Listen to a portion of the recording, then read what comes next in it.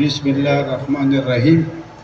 زه ډېر قابلان او مشران استادان ناست دي او خبرې کول به نه غواړم، خو یو څو خبرې ضروري کول غواړم. د مستانه صاحب ته دا یو شعر ډالۍ کوم چې د یو نه یو د بل نه بل ښکلی دی، د یو نه یو د بل نه بل ښکلی دی، او د سوات د خاورې هر یو بل ښکلی دی. او ته پېښور ته په چکر خو راشه، بیا به دا نه وي چې کابل ښکلی دی.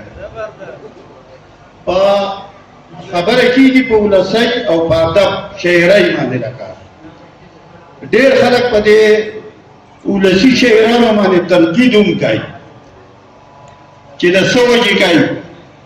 د هغې د ما سره احساس دی، ما ته یې پته ده، ځکه چې زه الراونډر یم، زه هم ولسي شاعر یم، هم د غزل شاعر یم.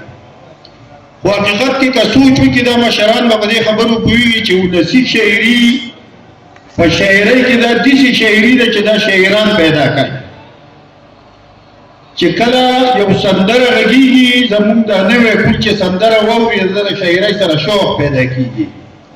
ادبي شاعري دا ښه شی دی، خو د کتابه پورې. ته که ولسي شاعري د شاعرۍ نه کټ کې، نو شاعر به نه پیدا کېږي، ځکه چې کتاب ډېر کم خلک ګوري. او مستانه صاحب ته زه په دې کتاب باندې مبارکي ورکوم، او په دې قام پښتون کې چې ولسي شاعران پیدا کېږي، او په دې کې ټولنې لکه زمونږ سوات ادبي ارام دا یو نوې ټولنه جوړه شوه. انشاءالله موږ به پروګرامونه کوو. او زه دې ملګرو ته دا یو خبره کوم، دې پوهانو شاعرانو ته چې کم از کم ولسي شعر له داد ورکوئ، دی به مخکې د عمر د تقاضې سره په خپله باندې دا شاعري به د ده ادبي کېږي. خو که کله پرې موږ د مخې سره تنقید وکړو چې یار دا تا څه لیکلي، یا دا ته څه ویې، دا ګډې وډې دې سره د شاعر هغه ګړه ماتېږي.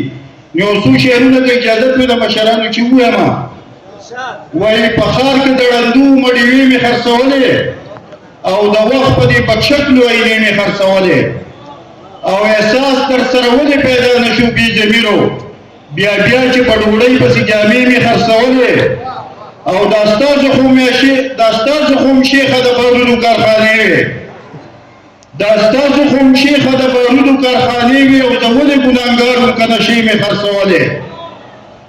او غوښتې به په تاوان رانه دې غټو مانګزارو ضیاءالدین صاحب، غوښتې به په تاوان رانه دې غټو مانګزارو، پرون د جومات مخې ته تسبیح مې خرڅولې، او عثمان خیالي لګیا وم جوړول مې جوماتونه، او عثمان خیالي لګیا وم مقبرې مې خرڅولې. والسلام، ډېره زیاته مننه او ډېره مهرباني.